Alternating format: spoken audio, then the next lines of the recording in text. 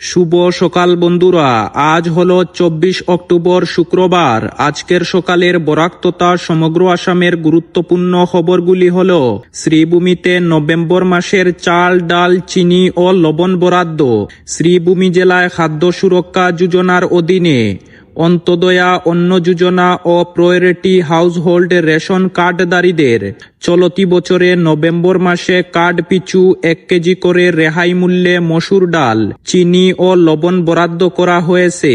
পাশাপাশি প্রধানমন্ত্রী গরিব কল্যাণ অন্ন যোজনার অধীনে নভেম্বর মাসে অন্তদয়া যোজনার হিতাধিকারীদের কার্ড পিছু 35 কেজি ও প্রায়োরিটি হাউসহোল্ড রেশন কার্ডধারীদের মাথা পিছু 5 কেজি করে বিনামূল্যে চাল বরাদ্দ করা হয়েছে। জেলার রেশন দোকানদারীদের যথাসময়ে সুবিধাপ্রাপকদের মধ্যে এই রেশন সামগ্রী প্রদান করতে সরবরাহ বিভাগ থেকে নির্দেশ দেওয়া হয়েছে। পরবর্তী খবরটি হল, প্রধানমন্ত্রী আবাস যোজনায় জিও ট্যাগিংয়ে ব্যাপক দুর্নীতির অভিযোগ। প্রধানমন্ত্রী আবাস যোজনার জিও ট্যাগিংয়ের নামে দেদার দুর্নীতির অভিযোগ আনল এজেআইসিপি। দলের নেতা জাকির হোসেন বড়বুইয়া অভিযোগ করে বলেন, জিও ট্যাগিংয়ের নামে প্রতিটি পরিবারের কাছ থেকে 200 টাকা থেকে 2000 টাকা পর্যন্ত আদায় করা হচ্ছে বলে অভিযোগ। হাইলাকান্দি জেলা প্রশাসন অবিলম্বে এসবের বিরুদ্ধে যদি পদক্ষেপ না করে তবে গণতান্ত্রিক পদ্ধতিতে হাইলাকান্দি জেলা জুড়ে আন্দোলন গড়ে তোলা হবে বলে হুঁশিয়ারি দিয়েছেন তারা। তাদের মতে এসবের ফলে জেলার প্রত্যেক গ্রামগঞ্জে বহু সংখ্যক দরিদ্র শ্রেণীর মানুষ জিও ট্যাগিং থেকে বঞ্চিত হয়েছেন।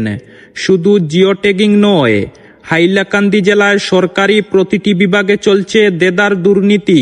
তাই দুর্নীতিমুক্ত হাইলাকান্দি গড়তে তারা বদ্ধপরিকর বলে জানায় অসমের জাতীয় যুব পরিষদ।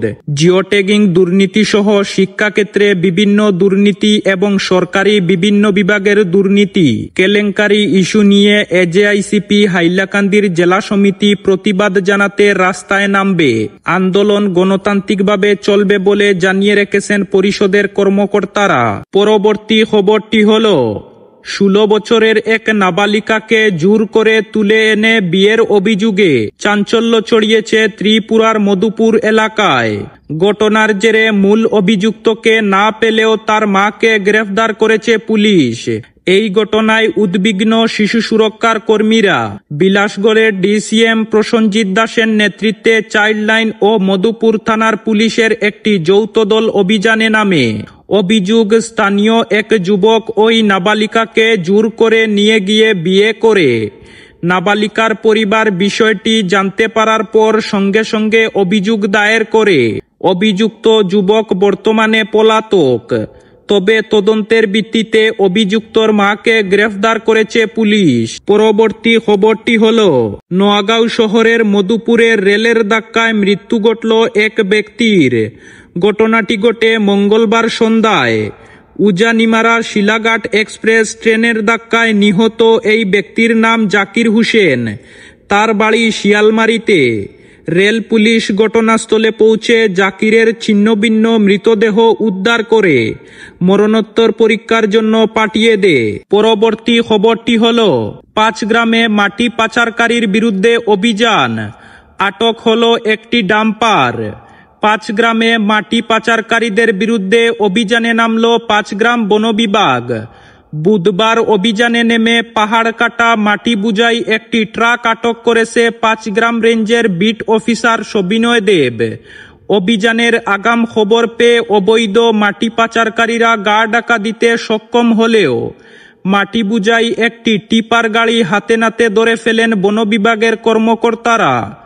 অভিযানে 5 গ্রাম বন বিভাগের range officer forest Debashish Nath ও বিট অফিসার সবিনয় দেবের নেতৃত্বে একটি দল বুধবার অবৈধ মাটি পাচারের বিরুদ্ধে অভিযান চালিয়ে মাটি পরিবহনকারী একটি টিপার আটক করেছে।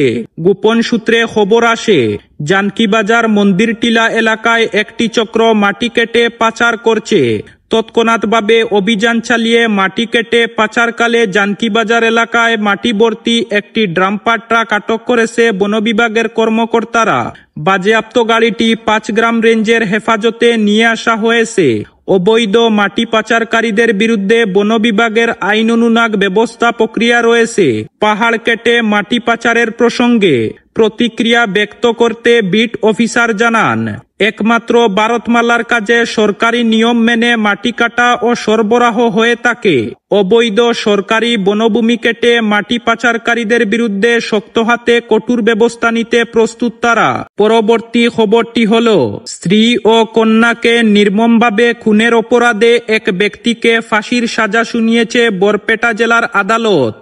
1983 সালে জেলা হিসাবে আত্মপ্রকাশ হওয়ার পর এটাই বরপেটার প্রথম মৃত্যুদণ্ডের রায়। সরকারি আইনজীবী কিতাবভূষণ দাস জানান, মাত্র 2 বছরের মধ্যে শুনানির প্রক্রিয়া শেষ করে এমন একটি রায়দান জেলার ইতিহাসে এক মাইলফলক হয়ে থাকবে। পুলিশের তথ্য অনুযায়ী অভিযুক্ত ঋষভ দাস 2023 সালে 13 অক্টোবর বরপেটার গান্ধীনগরে তার 17 বছর বয়সী কন্যা হিয়া দাসকে ধারালো অস্ত্র দিয়ে খুন করেন এবং স্ত্রী বিনীতা দাসকেও কুপিয়ে হত্যা করেন।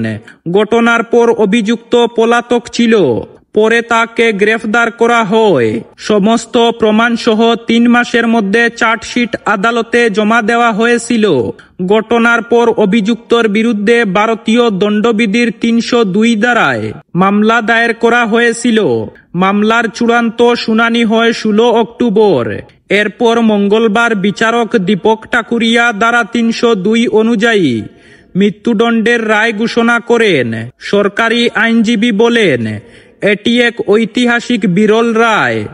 দ্রুত বিচার ও পুলিশের সঠিক তদন্তের ফলেই 2 বছরের মধ্যে রায় দেওয়া সম্ভব হয়েছে। পুলিশ সূত্রের খবর, ঋষভ দাসের অতীতেও অপরাধমূলক কাজের নজির রয়েছে।